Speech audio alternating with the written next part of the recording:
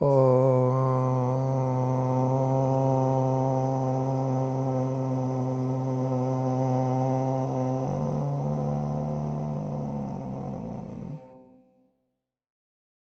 हम फिर से चिंतन करें, समझें कि हमारी समस्या का मुख्य कारण क्या है।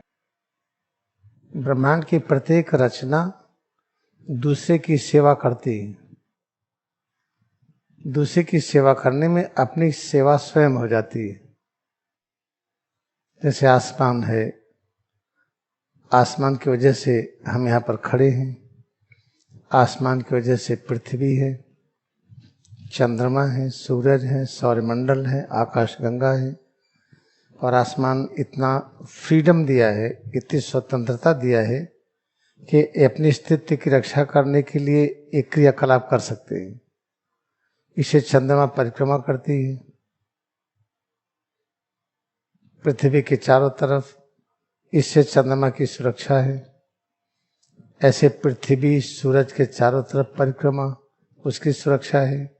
अगर आसमान इतनी जगह न देता तो परिक्रमा संभव नहीं था।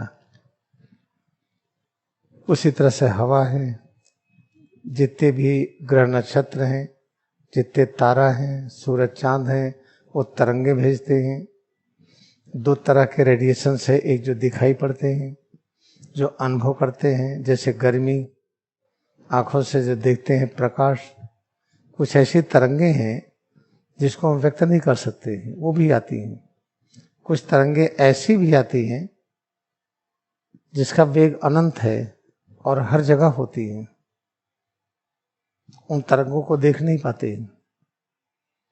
ऐसे पेड़ पौधे हैं, ये पृथ्वी है, सेवा करती रहती है, ये न हो तो कहाँ खड़े होते। ब्रह्मांड की प्रत्येक रचनाएं दूसरे की सेवा करने में स्वयं सुरक्षित हो जाती हैं। और ये सब चिंतन करने का अधिकार किसको मिला है? एक ऐसी रचना जिसमें जड़ ऊपर, शाखाएं नीचे। अगर यहां से आप इस जड़ को हटा दीजिए तो ये चीज सूख जाएगी। जैसे पेड़ में जड़ नीचे है, उसको हटा दीजिए तो पेड़ निष्क्रिय हो जाएगा।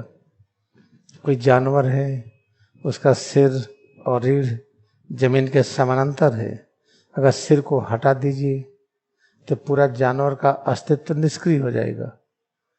हम लोग की एक जो विशिष्ट रचना है जिसमें जड़ ऊपर बाकी चीज नीचे है, हमें अनुसंधान करने की सामर्थ्य है।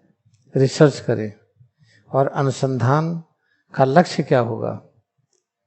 केवल लक्ष्य 3 कि सभी के अस्तित्व की रक्षा कैसे हो और सभी ज्ञानमय हो, सभी आनंदमय हो। इसके अलावा कोई भी रिसर्च नहीं है।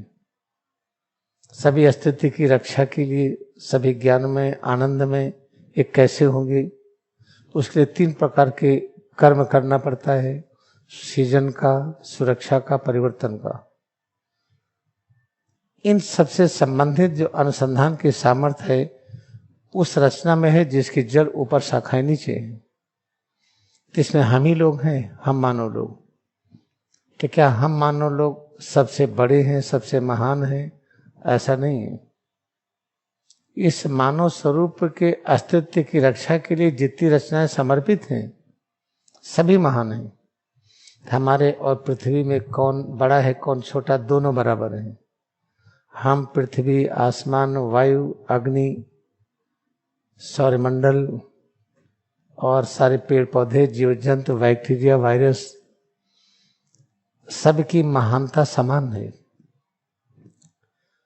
ये महानता समान नहीं है अगर ये हम सोचते हैं तो वही सोच, वही विचार, वही भावना हमें कष्ट देगा, जिसको हम शारीरिक बीमारियां कहते हैं। तरह तरह की है मानसिक बीमारियां।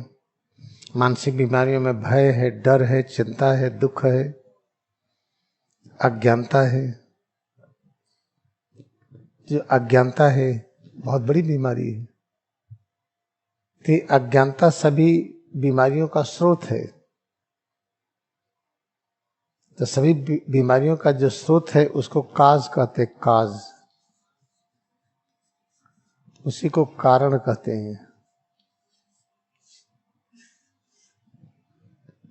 तो जो कारण शरीर है, हमारी कारण शरीर, कारण शरीर क्या होता है? एक ऐसी शरीर है जहां पे हर चीजों का उत्तर है।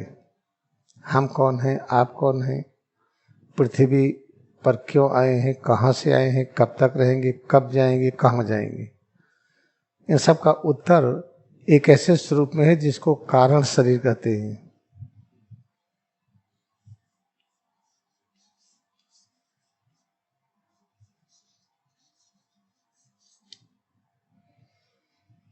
तो हम मानव का लक्ष्य होना चाहिए कि हम दूसरे की रक्षा कैसे करें, बस हर वक्त। और दूसरे की अगर सेवा करेंगे तो एक शर्त है, अगर सेवा करके आपने कुछ रिटर्न चाहा, हम सेवा की, हमको याद किया जाए, हमारा न्यूज़पेपर में नाम हो, हमको रिवॉर्ड मिले, हमको दुनिया जाने, तो हमने सेवा नहीं किया, व्यापार किया है। सेवा करने को मिले तो हम उपकृत हो जाएं कि सेवा करने को मिला है, बहुत बड़ी भाग्य है, जन्म जन्मों की तपस्या रही होगी, सेवा करने को मिला है। अगर सेवा से कोई भी रिटर्न चाहे, चाहे हम कहते हैं कि हम सेवा करें, सेवा सबसे बड़ी किए, तो हमको पीएचडी की डिग्री मिल जाए, हम डॉक्टरेट होना चाहते हैं, तो पीएचडी हमको मिला सेवा करने में, तो इसका मतलब कि हमने सेवा नहीं किया, हमें व्यापार किया। तो योग में जो डिग्रियां मिलती हैं, योग में जो पीएचडी होती है, इससे बड़ा यानी दुर्व्यवहार नहीं है। दुर्व्यवहार, दुर्व्यवहार का अर्थ क्या है? गलत व्यवहार। योग विज्ञान में अगर हम पीएचडी ढूंढते हैं, कोई डिग्री दे, कोई लिख करके प्रशस्ति पत्र दे दे, कहीं से लिख करके प्रमाण पत्र हो, क्या हमने योग किया है, हम सिखा सकते हैं, इससे बड़ी भूल नहीं होती है। जैसे कोई माँ है, उसको प्रमाण पत्र मिले कि आपका जो गोद में है आपका ही बच्चा है, प्रमाण पत्र लाइए, तो बच्चे को लीजिए, बच्चा पता चला 3-4 साल का है, वहीं पैदा हुआ, माँ के साथ रहा, तो सबको खड़ा कर दीजिए, बच्चा खुद ही माँ के पास चला जाएगा। जैसे माँ होने के लिए किसी स्कूल में शिक्षा की आवश्यकता नहीं है, पीएचडी की जरूरत नहीं है, किसी डिग्री की जरूरत नहीं है, उसी तरह से याद रखिए,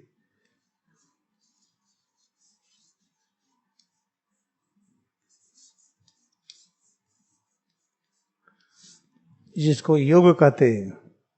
कुछ विश्वविद्यालय हैं जो डिग्री देते हैं, डिप्लोमा देते हैं, डिग्री देते हैं, पीएचडी कराते हैं। तो उस यूनिवर्सिटी में देखिए आज तक कोई संत नहीं हुआ, यूनिवर्सिटी किसी को कबीर नहीं बना पाई, गुरु नानक देव जी नहीं बना पाई। इसे तो स्वामी युक्तेश्वर गिरी को पढ़ाई अच्छी नहीं लगती थी, स्कूल में जाते थे तो उनको बाधा ही लगती थी, छोड़ दिया। जब कहते पढ़ाई कोई छोड़ दिया तो हम आपको प्रेरित कर रहे हैं पढ़ाई छोड़ दीजिए, हम ऐसा नहीं कर रहे हैं। हम आपको इन सब चीजों के लिए प्रेरित नहीं कर रहे, हम आपको सच बता रहे हैं। युक्तेश्वर जो किसी विश्वविद्यालय में नहीं गए, पढ़ाई छोड़ दिए, कहते पढ़ाई हमको और जीवन में बाधा डाल रही है, हम गलत मार्ग पर जा रहे हैं, और उन्हीं को चुना महाअवतार बाबा जी कि सबसे बड़े विद्वान यही हैं, यही लिख सकते हैं सबसे अच्छी चीज। सबसे अच्छी चीज क्या है? ऐसा ग्रंथ लिखिए जो सच को प्रकट करे। सच क्या है?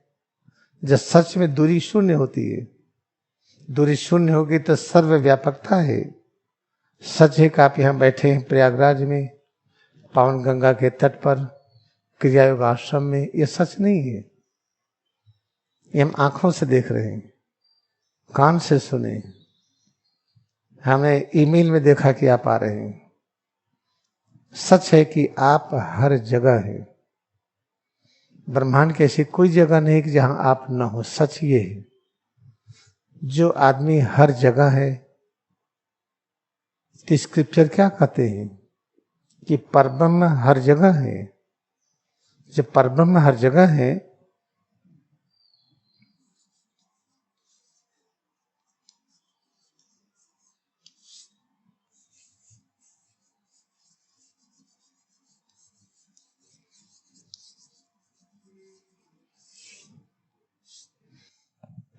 जब परब्रह्म हर जगह है और सच है का भी हर जगह है, तब क्या कहेंगे?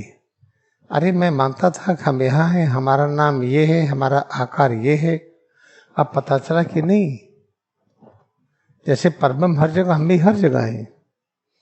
परब्रह्म सब रूपों में स्वयं प्रकाशित है, तो पता चलेगा कि आप सभी रूपों में स्वयं प्रकाशित है। अच्छा, आप सभी रूपों में स्वयं प्रकाशित हैं, तो फिर सच क्या है? अहम ब्रह्मास्मि। हमारे परब्रह्म के बीच में दूरी नहीं है। जैसे आप बबूल के रूप में, हम भी बबूल के रूप में, हर व्यक्ति बबूल के रूप में, आम के रूप में भी है, नीम के रूप में भी है, जानवर के रूप में भी है, सौरमंडल के रूप में भी है, तारामंडल के रूप में भी है, आसमान, वायु, अग्नि, सब रूपों में आप ही हैं। यही तो है कि परब्रह्म सब रूपों में है। तो सच क्या है कि हम ब्रह्मास्त्र, हमारे परब्रह्म के बीच में दूरी नहीं है। इसी को जीसस क्राइस्ट पश्चिम देशों में शिक्षा दिए, आई एंड गॉड आर वन। इस शिक्षा देने का क्या परिणाम हुआ? वहां जो यहूदी थे, जो पहले से मानते थे अब्राहिम को, मोजेस को, सब मिल करके इनको सूली पर चढ़ा दिए। या तो एकदम सब बदल दे रहे हैं। मैंने आपको ये भी बताया था, जीसस क्राइस्ट के पहले पश्चिम की सभ्यता में जेनेसिस में क्या मानते थे कि आदम थे, आदम के पसली से ईव हुए। ईव कौन है? स्त्री है, महिला है। तो वहां के लोगों को मान्यता थी कि महिलाओं में आत्मा नहीं होती है, आत्मा केवल आदम में है, आदमी लोगों में है। जीसस क्राइस्ट ने कहा नहीं, दोनों बराबर हैं। किस तरह से जीसस क्राइस्ट शिक्षा क्या दिए भारतीय संस्कृति की विदेशों में? उसका परिणाम क्या रहा? लोग सोचे कि ये रहेंगे तो सब पूरा देश समाप्त हो जाएगा। वो क्या कहते थे? राजा केवल एक है, भगवान। तो उसको जानने के लिए किंगडम ऑफ गॉड फर्स्ट खोजिए, सीक की किंगडम ऑफ गॉड फर्स्ट। तो जो आप चाहते हैं आपको सब मिल जाएगा। Everything will be added to you in abundance. आप एक चाहेंगे तो 100 मिलेगा। ये शिक्षा देते थे। जब आप किंगडम ऑफ गॉड खोजेंगे तो वहीं भगवान मिलेंगे। और ये भी कहा किंगडम ऑफ गॉड बाहर नहीं है, अपने में है।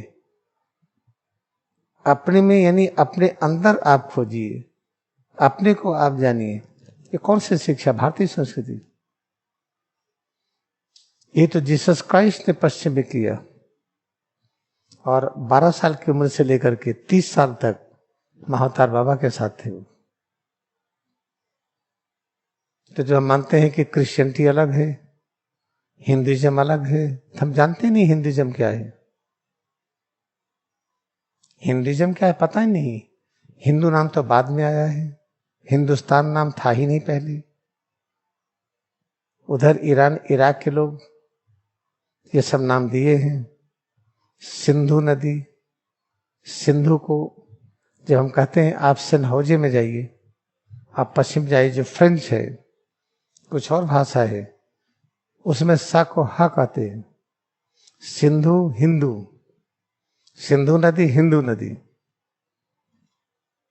तो सिंधु नदी की वजह से जो इधर रहते हैं सिंधु के, सबको हिंदू कहा गया। और फिर हिंदुस्तान, तो हम कहते हैं हमारा हिंदुस्तान। इसका मतलब भारतीय संस्कृति भूल गए आप। हम भारत के हैं, हमारी भारतीय संस्कृति है। भारतीय संस्कृति को सनातन कहते हैं।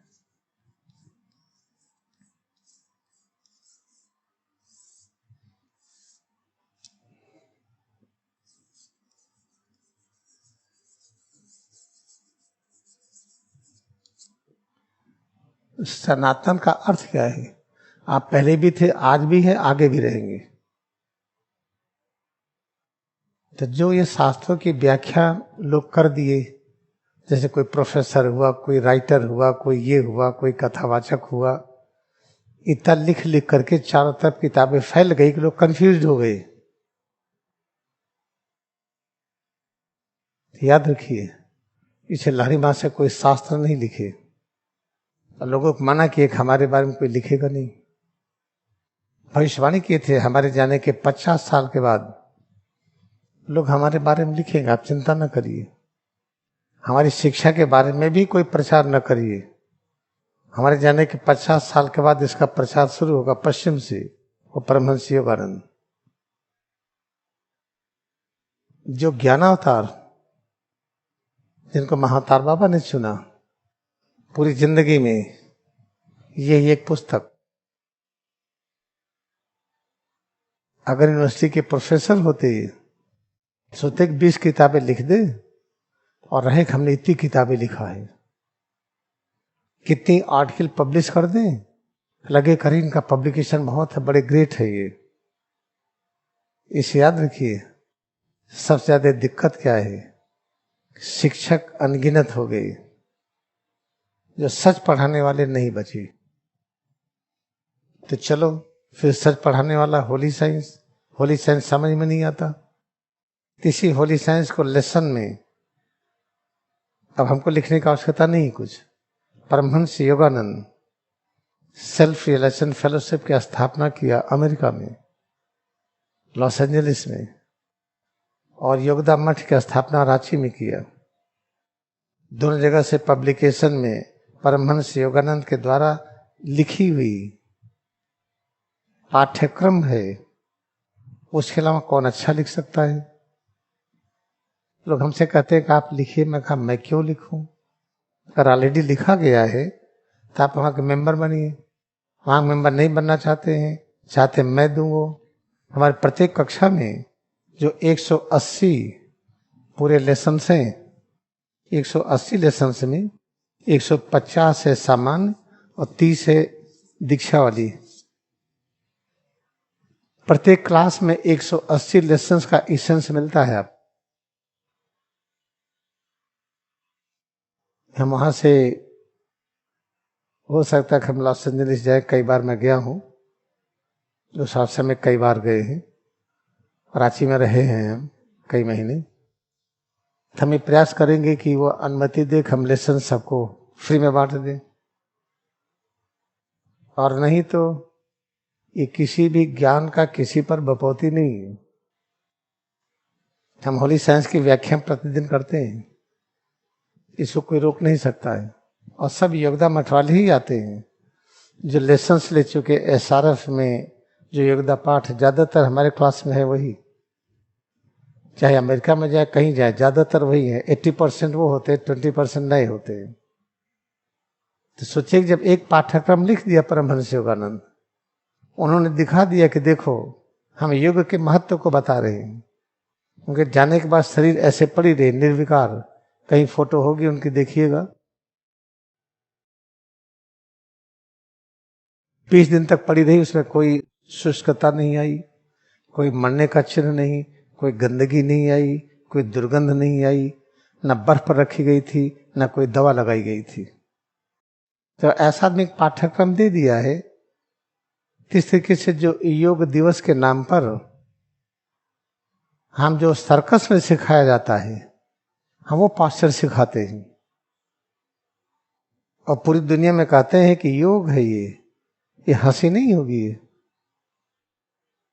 जब परमहंस योगानंद से अमेरिका में लोगों ने कहा वो जो सिखाते हैं वो क्या है, खैर मैं वो सिखाता तो नहीं, आपको दिखा सकता हूं। सारे आसन करके दिखा दिए, लोगों से करवा भी दिए और मना किए कि ये सही नहीं है। ये जिस चीज को आप बुढ़ापे में न कर सके, 90 वर्ष की अवस्था में न कर सके, छोटे बच्चे के रूप में न कर सके, वो योग हो ही नहीं सकता है। वो तो जो शीर्षासन है और जो करते सूर्य नमस्कार है, जो हलासन है, सर्वांगासन है, जो सब अभ्यास होता है, आपको पहले बता दूं, हैदराबाद में ये है सेंट्रल गवर्नमेंट से जो योगा इंस्टीट्यूट है, नेचुरोपैथिक, हम वहां के हैं। वहां मैंने मना किए थे, सब ना कराइए, गलत है। हमको लोग छूट दे दिए थे कि आप ना करिए, लेकिन लोगों को रोकिए मत। तो अगर ये सब होता है तो फिर सर्कस वालों को क्यों नहीं पद्मश्री दिया जाता है? आप ओलंपिक देखे होंगे, जिम्नास्टिक देखे होंगे, एशियाड देखे होंगे, उसमें शरीर को तोड़ मरोड़ने वाली जितनी क्रियाएं कराई जाती हैं, एक एक आदमी 10 बार ऐसे ऐसे उलझ करके खड़ा हो जाता है। एक एक आदमी एक पैर पे खड़े होकर के अपने को नचा देते हैं। तो अगर योग की क्रियाएं वो हैं तो क्यों नहीं हमारा शासन प्रशासन या पूरी दुनिया के लोग उसको पद्मश्री के अवार्ड देते, उसको हेड ऑफ डिपार्टमेंट बना दें, उसको वाइस चांसलर बना दें। तो योग का जो सबसे ज्यादा प्रदर्शन कर दे वो मुख्यमंत्री हो जाए, प्रधानमंत्री हो जाए, चीफ जस्टिस ऑफ इंडिया हो जाए, chief justice of high court हो जाए। क्यों नहीं करते हैं? इसका मतलब है कि हमको सच जानने की हिम्मत नहीं है, डर है। जब परमहंस योगानंद इसका प्रचार कर गए, हम उसके अतिरिक्त और कुछ बताते नहीं हैं। वो ये सिद्ध नहीं कर सकता कि हमारा जो पाठ्यक्रम है, जो हम आपको कराते, जो सिखाते हैं, जो लाठी महाशय सिखाए 31 गिरी के, जो 31 गिरी परमहंस योगानंद, उससे अलग है। कोई भी सिद्ध नहीं कर सकता है, ना आज तक किसी ने किया। इसी चीजों को आप सजग रहिए, आपके बच्चे सब ना करने पाए। यहाँ की रिचार्जिंग क्रिया है, वेबसाइट में है, 1 से लेकर 42 तक यहाँ सिखाया भी जाता है। अगर आप रिचार्जिंग क्रिया के एक्सपर्ट हो जाए तो आपको बुढ़ापा नहीं आएगा, आपको ब्लड प्रेशर, डायबिटीज नहीं होगी, गठिया नहीं होगी, मसल्स की डिस्ट्रॉफी नहीं होगी, कोई कमजोरी नहीं आएगी। तो इसका एक्सपर्ट होना पड़ेगा। परमहंस योगानंद को स्वामी तेसुगी ने सलाह दिया, जो गलत तरीके के सब फैला हुआ है इसको हटाने के लिए एक नई चीज देना चाहिए। परमहंस योगानंद 1916 में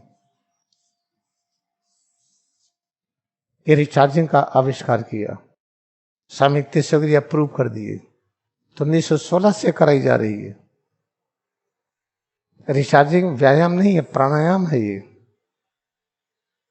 जिसको प्राणायाम कहते हो, प्राणायाम है। ये ऐसा प्राणायाम है, जब इस प्राणायाम को करते हैं तो जो हमारे 8 प्रकार के बंधन हैं, हमारे बंधन टूट जाते हैं।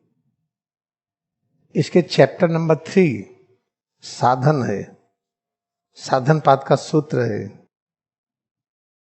सूत्र नंबर 12 से 18। 12 से 18 में लिखा है कि घृणा, हम चाहे अपने से घृणा करें या आपसे या बैक्टीरिया से या वायरस से या कोई जानवर से या किसी चीज से घृणा करें, और है लज्जा, अच्छे काम करने में शर्म आए। अच्छा काम क्या है? सभी को बराबर महत्व दीजिए। जैसे हम यहाँ पर बैठे हैं, हमारे बगल में मक्खी बैठती है, चींटी बैठती है, अगर आप बैठ गए तो हमको बुरा लग जाएगा, अरे मैं तो इतना बड़ा संत और गुरु, आप हमारे बगल में कैसे बैठ सकते हैं? ये जानते क्या है? इसका मतलब कि हमको ध्यान नहीं आता है। हाँ, यहाँ पर चूंकि इतने लोगों को देखना है इसलिए यहाँ बैठे हैं। आपसे जब 1 to 1 बात करते हैं तो आपके बगल में बैठते हैं। जिस कुर्सी पर आप बैठते हैं उसी कुर्सी पर भी हम बैठना चाहते हैं। कोई जबरदस्ती दूसरे बैठा दे तो उसको हम ढकेल तो सकते नहीं, हम अवॉइड करते हैं। और यही नहीं, आप हमारे किचन वालों से पूछ लीजिए, रहने की, सोने की, खाने पीने की जो हमारी व्यवस्था है आपसे कम है। जिस बिस्तर पर सोते हैं, जिस जगह पर सोते हैं, जितनी जगह का इस्तेमाल करते हैं हम, हमारे सभी स्वामी लोग, जितनी व्यवस्था आपको दी जाती है उससे बहुत कम है। तो कोई दुख नहीं, हमें चाहिए ही नहीं, हमें उन व्यवस्थाओं की आवश्यकता नहीं है। इस तरीके से आप ध्यान दीजिए कि अगर भारतवर्ष को आप जगाना चाहते हैं तो जो एक योग दिवस पर आप देखे होंगे, हर जगह पर देखे होंगे, बैठे बैठे जो कहा जाता है प्राणायाम है, सब सिखाया जाता है। तेजी से श्वास लीजिए, निकालिए, भस्त्रिका, कपालभाति आदि, ये सब जो कहा जाता है, इसको परमहंस योगानंद क्यों नहीं सिखाए? 31 गिरी क्यों नहीं सिखाए? कबीर साहब क्यों नहीं सिखाए? गुरु नानक देव जी क्यों नहीं सिखाए? गौतम बुद्धा क्यों नहीं सिखाए? हमारे श्रीमद् भगवद गीता में नहीं है। तो अगर बैठ करके हम तेजी से श्वास की क्रिया करते हैं तो मानसिक रोगी होंगे, और जितने लोग करते हैं सबको मानसिक रोग है। कौन सा मानसिक रोग? हम आपसे बड़े हैं, जाति अभिमान, हमारी जाति आपसे बड़ी है, हमारी जाति आपसे छोटी है, ये भी जाति अभिमान है। हम आपसे बड़े या छोटे दोनों, इसको कहते मान। इसमें देखिए लिखा हुआ है, जाति कुल मान। हमारी जात आपसे बड़ी या छोटी है, इसको कहते जाति मान। हमारा कुल आपसे बड़ा छोटा है, कुल मान। अगर ये है तो आप एलिजिबल नहीं हैं, आप आसन नहीं कर सकते हैं, प्राणायाम नहीं कर सकते हैं, ध्यान नहीं कर सकते हैं, सत्य अहिंसा के मार्ग पर नहीं चल सकते हैं, यम नियम नहीं कर सकते हैं। आप देखिए करता है कि नहीं? अगर इस देश में जातिवाद है, प्रमाण पत्र दिया जाता है, जब आप कंपटीशन में बैठते हैं तो क्या जाति है लिखा जाता है। तो कैसे हम हो गए ये? हमारी भारतीय संस्कृति कहाँ चली गई? हमको रिजर्वेशन। भारतीय संस्कृति क्या है? घर में 20 लोग हैं, एक आदमी कमाता है। आप देखिएगा भारतीय संस्कृति है, एक आदमी कमाता है, 20 परिवार में 19 को नौकरी नहीं, एक आदमी 19 को खिलाता है। हमारे देश में कितने आईएएस, कितने आईपीएस है, कितने लोग हैं जिनको नौकरी मिलती है, कितनी यूनिवर्सिटी में, हर जगह पर है। उनकी तनख्वाह केवल उन्हीं के लिए नहीं है। भारतीय संस्कृति है जहां बहुत गरीबी, जिनको खाने पीने की नहीं, सब व्यवस्था ये मिल के करे जिनकी तनख्वाह ज्यादा है। और व्यक्तिगत खर्चे के लिए कितना चाहिए आपको पता है? जितना चाहिए।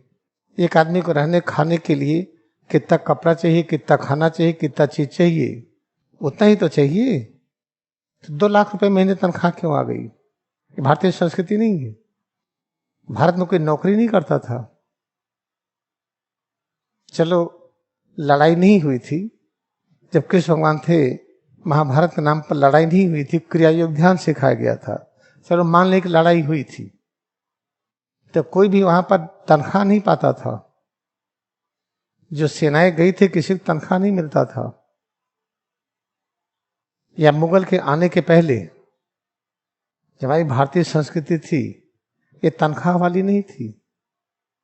गांव में सब काम करते थे और सबको आपस में काका चाचा कहते थे, कोई नाम लेकर नहीं बुलाता था।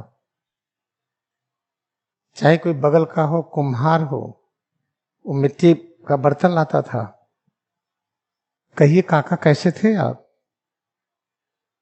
तो बर्तन लाता था, हमारे पास अनाज होता था, हम अनाज देते थे, पैसा होता था पैसा देते थे, किसी घर में कोई कमी बांटते थे। घर में शादी गांव भर जुट के करता था, किसी घर बनाना गांव भर मिलकर बनाता था। इस मिलन के हजारों गुना अधिक हम त्रेता में थे, सतयुग में थे।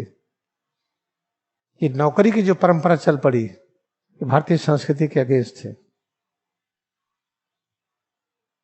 अब पैसा कहां से आएगा? आपको हम खिलाते पिलाते हैं कि नहीं?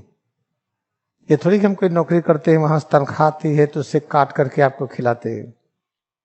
हम आपसे भी तो नहीं कहते कि आप आइए तो क्या आप यहाँ पैसा देंगे।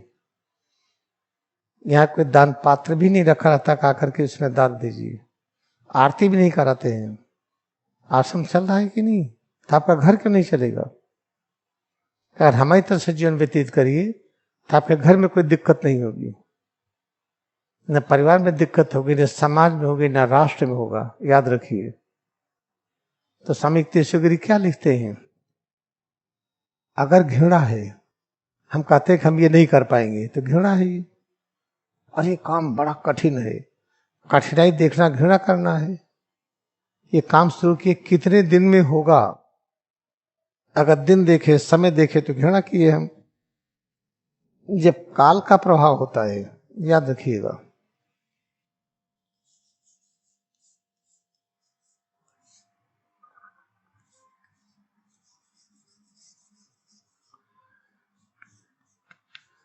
इसको टाइम कहते हैं। कोई काम करने में कितना समय लगेगा आपने सोच लिया, ये सोचना ही अपने से घृणा करना हो गया। क्योंकि जब आप बहुत अच्छी चीज खा रहे हो, कल्पना करिए कि आपको आइसक्रीम बहुत अच्छी लगती है, एक कल्पना करिए। हमको लगता है कि आइसक्रीम सभी को अच्छी लगती होगी। अगर आप आइसक्रीम लेते तो इतना ही पूछते हैं कि ये कितनी देर तक खाएंगे, अरे मिलते खाने लगते हैं। आप कब तक खाएंगे ये कोई पूछता है? मन पसंद की चीज आ गई तो हम समय और दूरी नहीं देखते हैं। अगर डायबिटीज है भी तब भी आइसक्रीम खा लेते हैं। तो जब आपको किसी भी काम करने में समय और दूरी दिखाई पड़े तो याद रखिएगा, इसका अर्थ है कि अपने से घृणा कर रहे हैं, अपनी निंदा कर रहे हैं। जब अपनी निंदा करते हैं, अपने से घृणा करते हैं, तो आपका सम्मान नहीं कर सकते। हमारी बचपन से जानते हैं ये आदत है, ये लोगों को साथ लेके चलने की। घर में जानते, मैं गांव का रहने वाला, वहां लइया चना रखा रहता कूड़ा में। गांव के बच्चे आते थे दोपहर में, हम ऐसे तो कोई देगा नहीं हमको सबको खिलाने के लिए, मैं चोरी करके लाता था और खूब बांट के खिलाता था। एक दिन अपने छोटे भाई को भेजे, पकड़ा गया चोरी में। हम कभी नहीं पकड़े गए थे, यानी पूरा नहीं खत्म करते थे, थोड़ा ही लाते थे। याद रखिएगा, ये जो हमारी बचपन की इच्छा थी कि हजारों लोग साथ रहे, बहुत बड़ा परिवार हो, लाखों लोग क्यों नहीं रहते हैं, उसी जबरदस्त शिक्षा का परिणाम है कि आप हमारे साथ हैं। भगवान कितना प्रेम करते हैं कि हमारी शिक्षा की पूर्ति कर रहे हैं। हमारा अहोभाग्य है कि आप है, आप बोझ नहीं हमारे ऊपर। हमें प्रसन्नता है। देखिए क्या लिखते हैं स्वामी युक्तेश्वर गिरी कि घृणा, लज्जा, भय, डर लगती। अरे किसी याद देखिए, अगर भय लगता है, 2 महीने खर्चा या 10 दिन खर्चा है, 10 दिन के बाद क्या करेंगे हम? भय नहीं लगना चाहिए।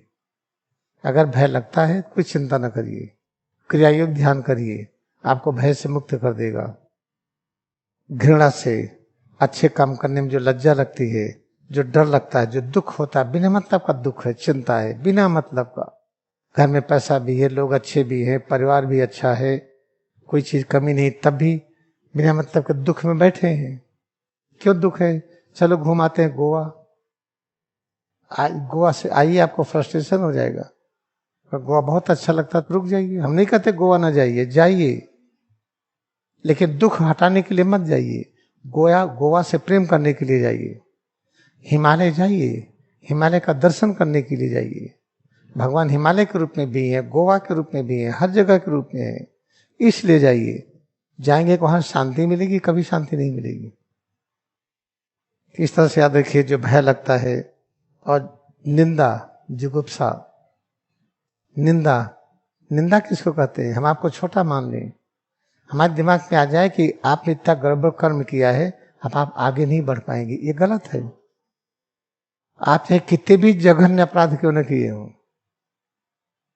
चाहे कुछ भी क्यों न किए हो, आज के पहले से रोज मर्डर किए हो, लेकिन आज से आप संकल्प ले लीजिए, आप क्रियायोग से जुड़ जाएंगे। तो आज के पहले जितने दुष्कर्म हुए हैं जाने अनजाने में, उसका जो दुष्प्रभाव है समाप्त हो जाएगा। शर्त की दोबारा न करिए। आप कल्पना करिए, समुद्र की लहर जा रही है, समुद्र की लहर जा रही, वहीं पर मच्छर भी उड़ रहे हैं। छोटी लहर गई, कम मच्छरों को मारेगी, बड़ी लहर गई, ढेर सारे मच्छरों को मार दिया। तो बड़ी लहर ने बड़ा अपराध किया, तो बड़ी लहर बड़ा अपराध किया, इसे समुद्र से नहीं मिलेगी। हो क्या संभव है? ये छोटी लहर हो या बड़ी लहर हो, सबका अंत समुद्र से मिलन ही है। आप चाहे अच्छे या बुरे हो, लोगों के निगाह में हम क्रिमिनल हो, गंदे हो, हम शराबी हो, गजेड़ी हो, हम चेन स्मोकर हो, हम रोज वायलेंस करते, कोई दिक्कत नहीं है। प्रत्येक मानव का लक्ष्य ही है परब्रह्म की ओर जाना, उनसे मिलन करना।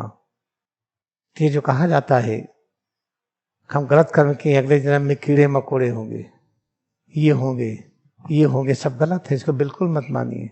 अगर डर है कीड़े मकोड़े होंगे, कोई चिंता नहीं, क्रिया पकड़ लीजिए। जब क्रिया पकड़ लेंगे तो आप तब तक मानव रूप रहेंगे, जब तक ये न समझ लीजिए अहम ब्रह्मास्म क्या है। ये गारंटी है, इसको मैं ही नहीं कह रहा हूं, इसी को योगावतार 31 गृह ने कहा है। इसी को जीसस क्राइस्ट ने कहा, nobody sinner, there is no sin. इसी को ज्ञानावतार 31 गृह ने कहा है। इसी को परमहंस योगानंद ने कहा, इसी को विवेकानंद कहे हैं, रामकृष्ण परमहंस कहे हैं, कोई एक दो थोड़ी कहे हैं। और देखिए आगे,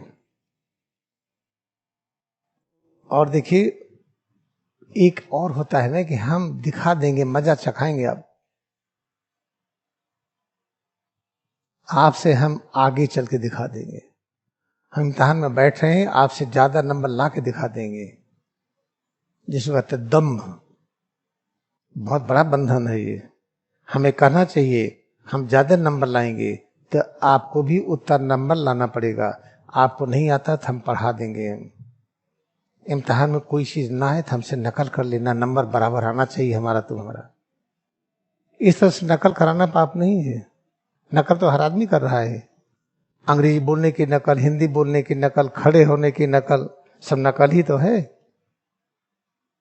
तो ये हम विचार रखें कि हम आगे बढ़ रहे हैं तो आपको लेके आगे बढ़ेंगे। हमारी सारी सुख सुविधा आपकी भी ऐसे होगी, आपकी ज्यादा होगी, हम बाद में लेंगे। जब इस तरह का हम वातावरण रखेंगे तभी हम एलिजिबल होते हैं यम नियम आसन प्राणायाम प्रत्याहार धारण धारणा समाधि के लिए। और नहीं तो देखिए दुनिया में कितने लोग कर रहे हैं। योग दिवस पर देख लिए होंगे, क्या हिंसा बंद हुई इससे? क्या जातिवाद खत्म हो गया? क्या सांप्रदायिक भेदभाव खत्म हो गया? नहीं हुआ ना। तो इस तरह से जो इस तरह से करें उनकी निंदा ना करें, उनको पता नहीं है। उन्हें पता नहीं इसलिए करते हैं, कल पता चल जाएगा तो नहीं करेंगे। तो ये हम आपको जताना चाह रहे थे कि जो स्वामी कृष्णगिरी ज्ञानावतार, सच बड़ा प्रमाण के इनसे बड़ा कोई विद्वान नहीं, इनसे बड़ा कोई ज्ञानी नहीं। महाअवतार बाबा ने इनको चुना, लिख करके स्पष्ट कर दीजिए कलिकाल बीत गया है। इसके इंट्रोडक्शन में आपको मिलेगा कि द्वापर युग चल रहा है। और कहा कि ऐसी पुस्तक लिखिए जिसमें जिसमें जो कुछ लिखा उसको जब ध्यान करें, उसको जीवन में अपनाएं तो उनको अनुभूति क्या हो। There is an essential unity, not only simple unity, essential unity in all religions. लोग ये समझे कि essential unity है, सब रिलीजन एक है, तो कैसे इसको हम सिद्ध कर पाएंगे? मान लीजिए हम मुस्लिम हैं तो हमको ये अनुभव करना पड़ेगा हम सच्चे हिंदू भी हैं, सच्चे सनातन धर्मी हैं, हम सच्चे बौद्ध हैं, जैन हैं, हम सच्चे क्रिश्चियन हैं। अगर हम कहते नहीं हम हिंदू हैं, आप क्रिश्चियन, हम हिंदू हो ही नहीं सकते हैं। हम कहते हैं मुस्लिम हैं, हम मुस्लिम हो ही नहीं सकते अगर हम ये न मान लें हम सब हैं। इसीलिए सदग्रंथ लिखा गया ये सिद्ध करने के लिए कि सब जो अलग अलग भेद कर दिया गया है, हिंदू है, मुस्लिम है, सिख है, ईसाई है, ये बौद्ध है, जैन है, ये गलत है। ये तो इसको करने के लिए क्या करना पड़ेगा, इसके प्रोसीजर में है। तीसरे चैप्टर में साधन लिखा हुआ है। यज्ञ, यज्ञ किसको कहते हैं? जो एक हवन कुंड बना करके यज्ञ करते हुए यज्ञ नहीं है वो। यज्ञ की परिभाषा इसमें दिया गया है, ऐसा तप।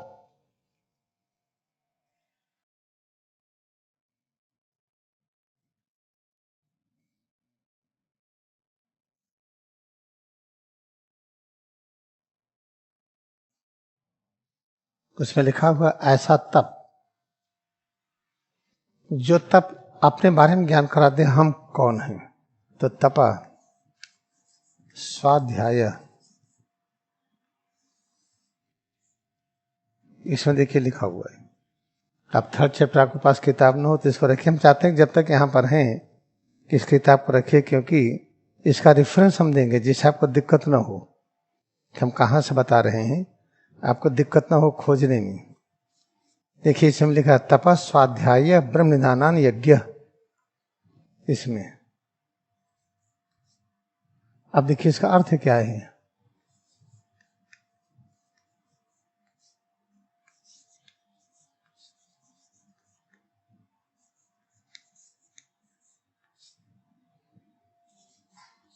अब देखिए इसको लोग कैसे समझते हैं, समझने में क्या गलती करते हैं। इसको समझने के लिए इसमें जो गॉस्पेल है, वेद है, पहला चैप्टर है, उसके पहले सूत्र को मत छोड़िए। इसका पहला सूत्र क्या है कि जो परब्रह्म है, जो गॉड है, सब वही, उनके अलावा कुछ है नहीं। जब परब्रह्म ही सब रूपों में है तो वही अक्षर के रूप में है, शब्द के रूप में है, वाक्य के रूप में है, सब रूपों में वही है। तो तप क्या है?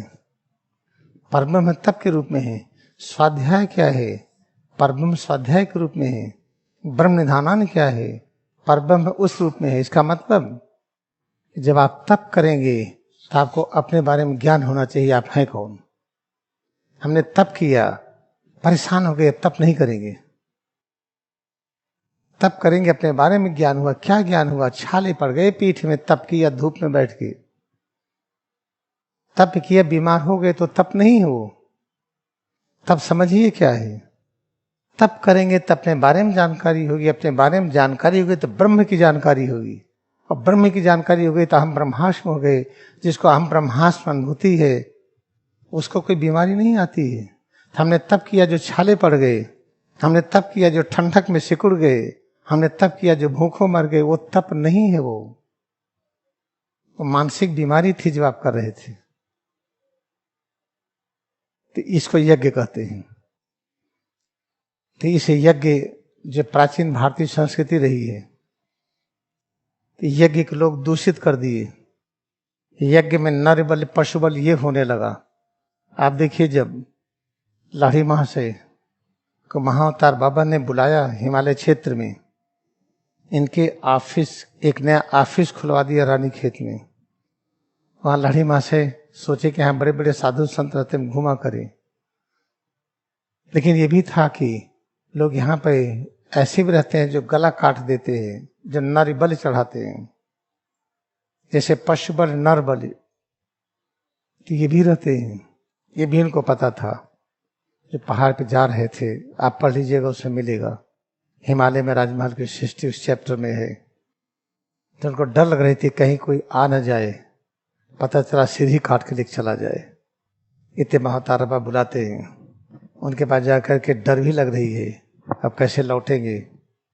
कहते ऑफिस को तुम्हारे लिए बुलाया गया है, मैंने तुम्हारे बॉस के अंदर में विचार डाला था कि यहाँ एक ऑफिस बनाए और तुम्हारा ट्रांसफर यहाँ कर दें।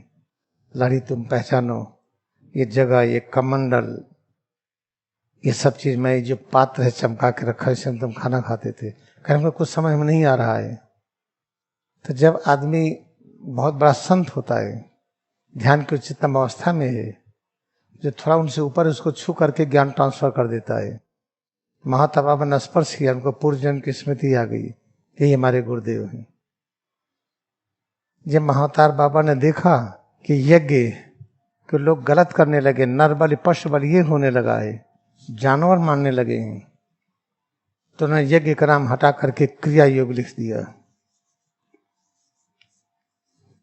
और जो ब्रह्म निधान आने है, लोग ब्रह्म को बरम, देखे नहीं, गांव कहते हैं भाई बरम पकड़े है, भूत पकड़े है, प्रेत पकड़े है, पिशाच पकड़ा है। तो इसको बरम भूत पिशाच, जो ब्रह्म था उसको लोगों ने बरम भूत पिशाच कहने लगे, तो इसको भी हटा दिया, यज्ञ का नाम भी हटा दिया, इसके स्थान पर क्रिया योग कर दिया और ब्रह्म का स्थान पर ईश्वर लिख दिया।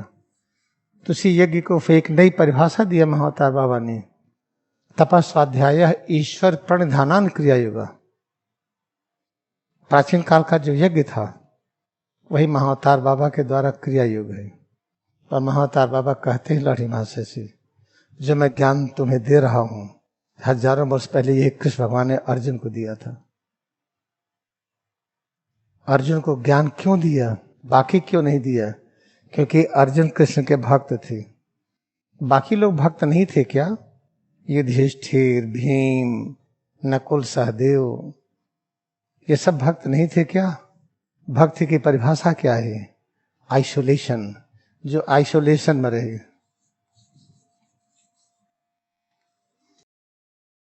आइसोलेशन का क्या परिभाषा है?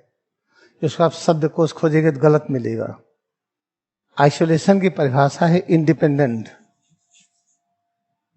इंडिपेंडेंट की का मतलब क्या है?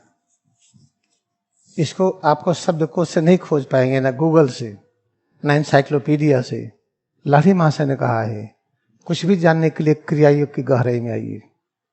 चलो क्रियायोग करते हैं, खोजते हैं क्या है। आप देखिए, आई है, एस है, ओ है। किसी चीज को खोजने के लिए इसका जो पहला सूत्र है वेद का, कि परब्रह्म के अलावा कुछ भी नहीं है, तो परब्रह्म ही आई के रूप में है। आई, या मैं तो अपने को आई कहता हूं, हाँ ठीक है, परब्रह्म हमारे रूप में है। अरे आप, परब्रह्म आपके रूप में, अच्छा तो कैसे होते हैं परब्रह्म?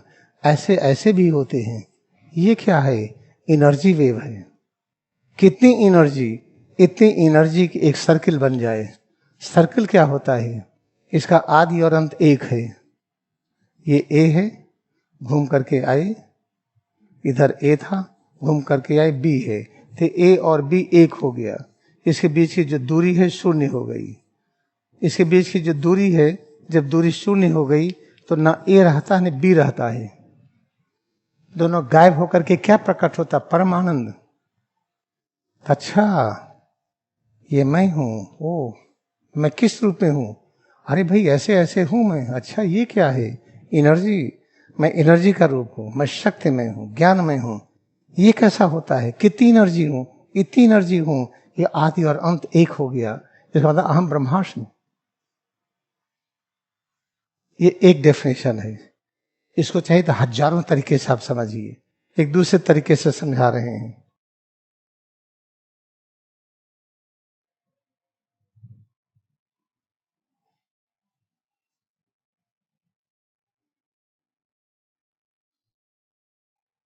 देखिए, जो दूसरे तरीके से क्या है, आयशो का मतलब क्या होता है? आयशो का मतलब होता है इक्वल। अहम ब्रह्मास्मि, हमारे ब्रह्मा के बीच में दूरी नहीं है। और फिर लेशन का मतलब क्या होता है? Motion, equal motion. Equal motion क्या होता है? हम बीच में खड़े हैं, जितना इधर जाए उतना इधर जाए। इधर है रात, इधर है दिन। इधर अज्ञानी लोग हैं और इधर ज्ञानी लोग हैं।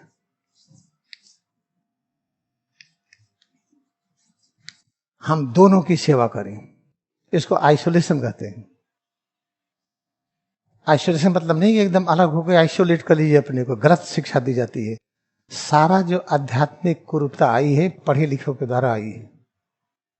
क्या पढ़ाई लिखाई बंद हो? नहीं, जो पढ़े लिखे बहुत अच्छा है, क्रिया योग भी जोड़ लीजिए उसमें, लड़ी भाषा से शिक्षा जोड़ लीजिए। तो आइसोलेशन मतलब इंडिपेंडेंट कैसे हो गया? हम पूरी तरह से डिपेंडेंट हैं, हम आपसे अलग नहीं हो सकते हैं।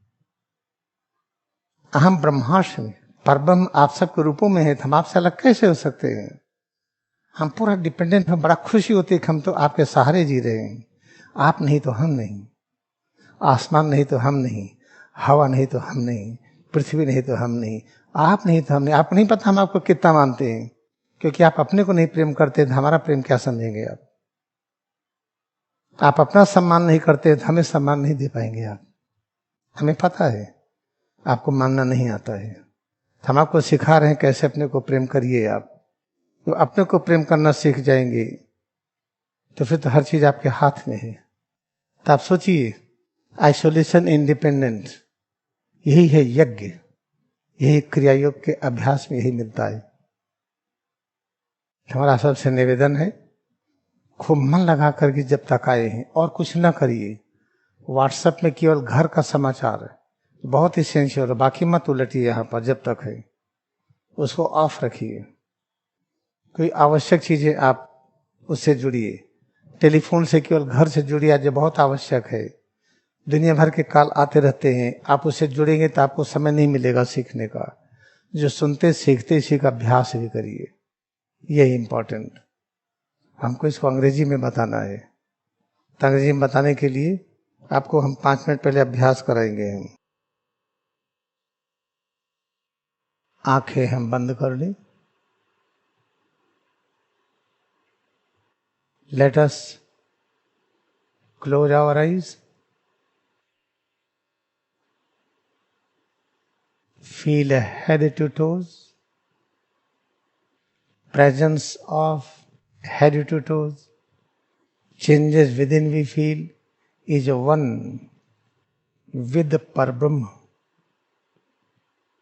The presence of head to toe, changes within we feel, all are various manifestations, dimensions of Parabrahma. It means we experience each and every moment Parabrahma alone.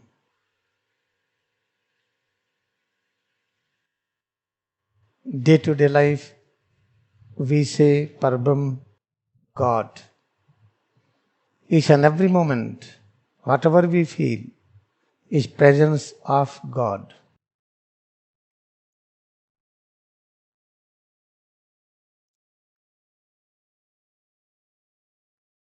Feel head to toes.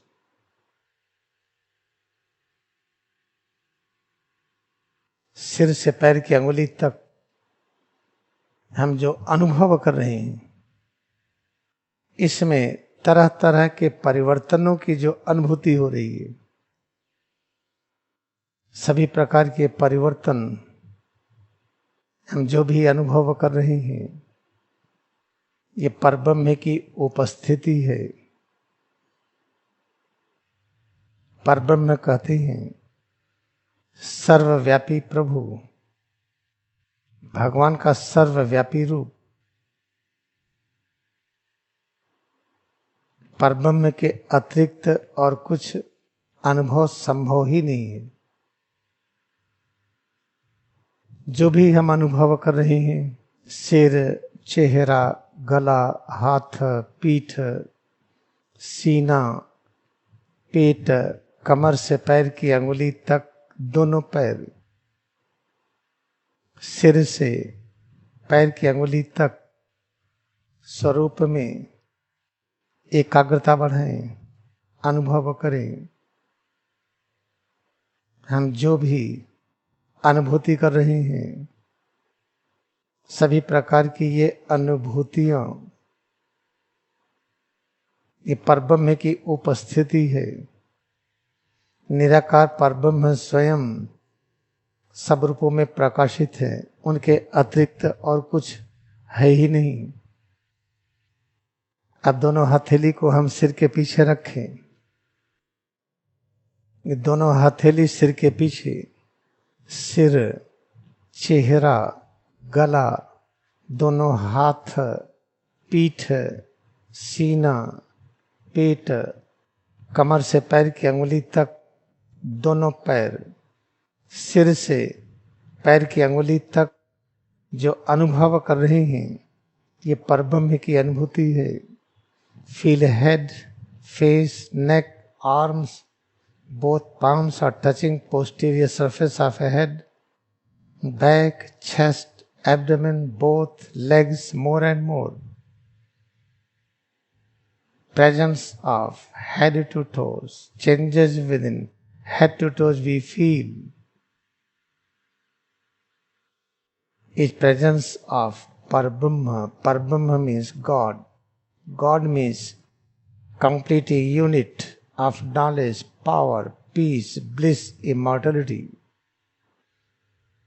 सिर से पैर की अंगुली तक इस अनुभूति को हम परब्रह्म की उपस्थिति स्वीकार करें, एक वैज्ञानिक बन जाएं, अभ्यास करके देखें। अभ्यास करने के बाद एक समय है 14 दिन, पूरा भक्ति पूर्वक अभ्यास करने के बाद आपको स्पष्ट हो जाएगा कि इसके अभ्यास से शांति बढ़ रही है, इम्यूनिटी, वाइटलिटी बढ़ रही है, सारी बीमारियां घट रही हैं, चिंता घट रही है। इस तरह से वैज्ञानिक होकर के 14 दिन तक इस अभ्यास में लीन हो जाएं।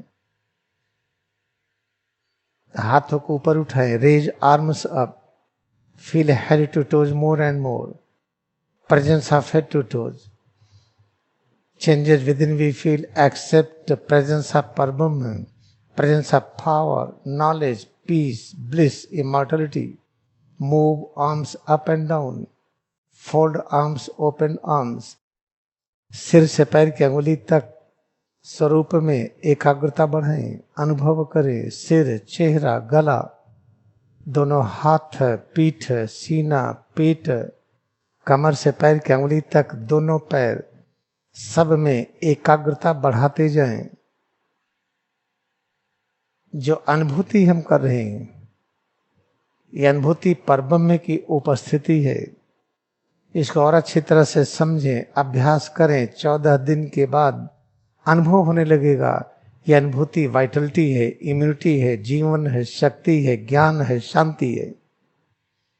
जब अनुभव होने लगेगा तो अभ्यास में हम रमने लगेंगे। अभ्यास को खुशी के साथ, प्रसन्नता के साथ करने को हम भक्ति कहते हैं।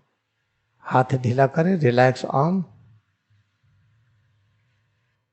Listen and practice this like scientists. Feel head to toes, various changes within. Breath, each and everything we feel within. Whatever we realize is presence of Parabrahma, God. What does it mean? It means each and every perception we feel is presence of power, knowledge, peace, bliss, immortality. Then become scientists. Try to have complete devotion, 14 days devotion in following this principle. As a scientist, you will realize after 14 days, you have really more peace and joy. You have more vitality, immunity. Now you love all persons or family members. You love this climate. You have more love for plants and animals and everything. Now you practice work is worship. Now you feel that laziness is reduced. आप 14 दिन अभ्यास के बाद आप पाएंगे कि आलस्य कम हो गया। कर्म ही पूजा है, इसको समझने लगे। निरंतर कर्म में लगे रहें, उसी के साथ इस सिद्धांत को हम स्वीकार करते रहें। जैसे जैसे अभ्यास की गहराई में आएंगे, शिकायत खत्म होगी, प्रश्न गायब होंगे, ऐसी सुख और शांति मिलेगी जिसकी कल्पना नहीं किए होंगे। अब दोनों हथेली को सिर के पीछे रखें। Place both palm on the posterior surface of head.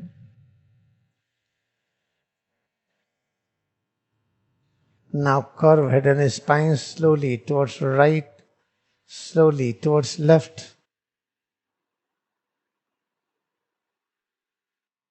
When we are curving head and spine towards right, towards left, and backward, forward,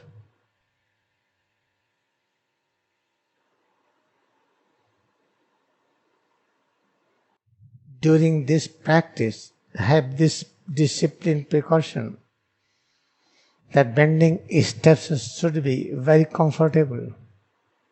You have never tried to bend to create changes which are discomfortable. इस अनुशासन में अभ्यास करें। सिर और रीढ़ को दाहिनी तरफ, बाईं तरफ, पीछे की तरफ, आगे की तरफ इस प्रकार झुकाएंगे, मोड़ेंगे कि झुकाते समय, मोड़ते समय जो परिवर्तन हो अच्छा लगे। याद रखें कि प्रतिपल हम जो अनुभव कर रहे हैं परब्रह्म की उपस्थिति है, यही प्रेजेंस ऑफ गॉड है।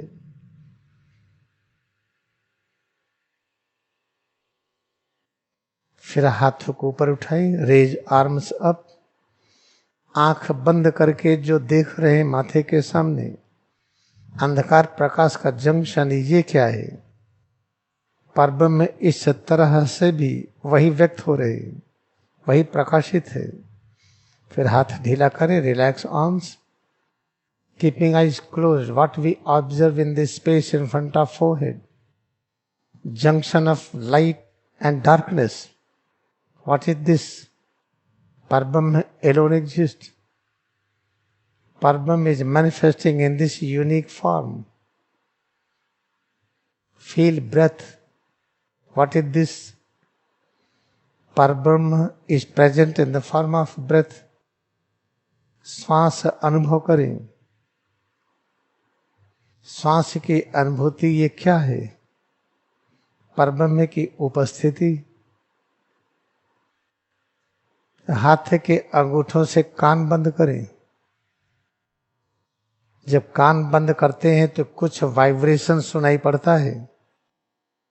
कान बंद करने पर जो ध्वनि की तरंगे, सूक्ष्म तरंगे सुनते हैं वो क्या है?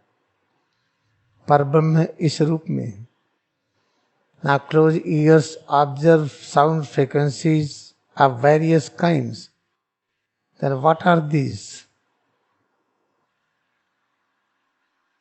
When ears are closed, the sound we perceive, we experience is presence of Parbrahma.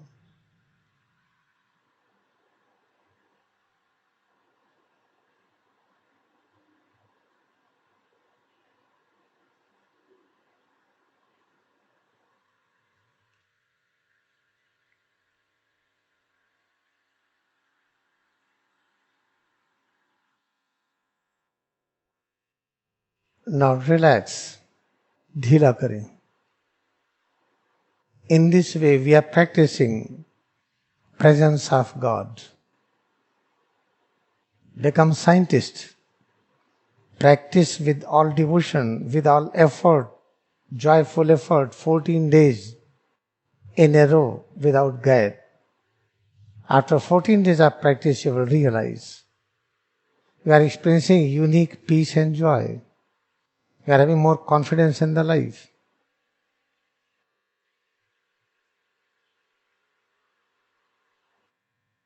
You have more vitality, more immunity. Now you feel good all the time. You have great honor, respect to all creations of cosmos. This is what we peace, what we experience, what we feel after 14 days of practice, like scientists. अगर हम 14 दिन तक पूरी भक्ति के साथ इस भावना, इस विचार, इस धारणा के साथ हम रहें कि प्रतिपल जो अनुभव करते हैं शब्द, स्पर्श, रूप, रस, गंध के क्षेत्र में, सिर से पैर की उंगली तक इस अलौकिक स्वरूप में, तो याद रखें कि परब्रह्म की उपस्थिति अगर 14 दिन तक एक वैज्ञानिक की तरह प्रसन्नता के साथ स्वीकार करते हैं, अभ्यास जारी रखते हैं, 14 दिन के बाद एक ऐसी खुशी, एक ऐसी आनंद आपको अनुभव होगा जिसकी कल्पना नहीं किए होंगे. वाइटलिटी, इम्यूनिटी बढ़ जाएगी.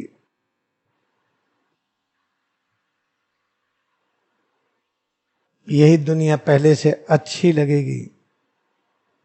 सबके प्रति सम्मान करने का स्वभाव बढ़ जाएगा.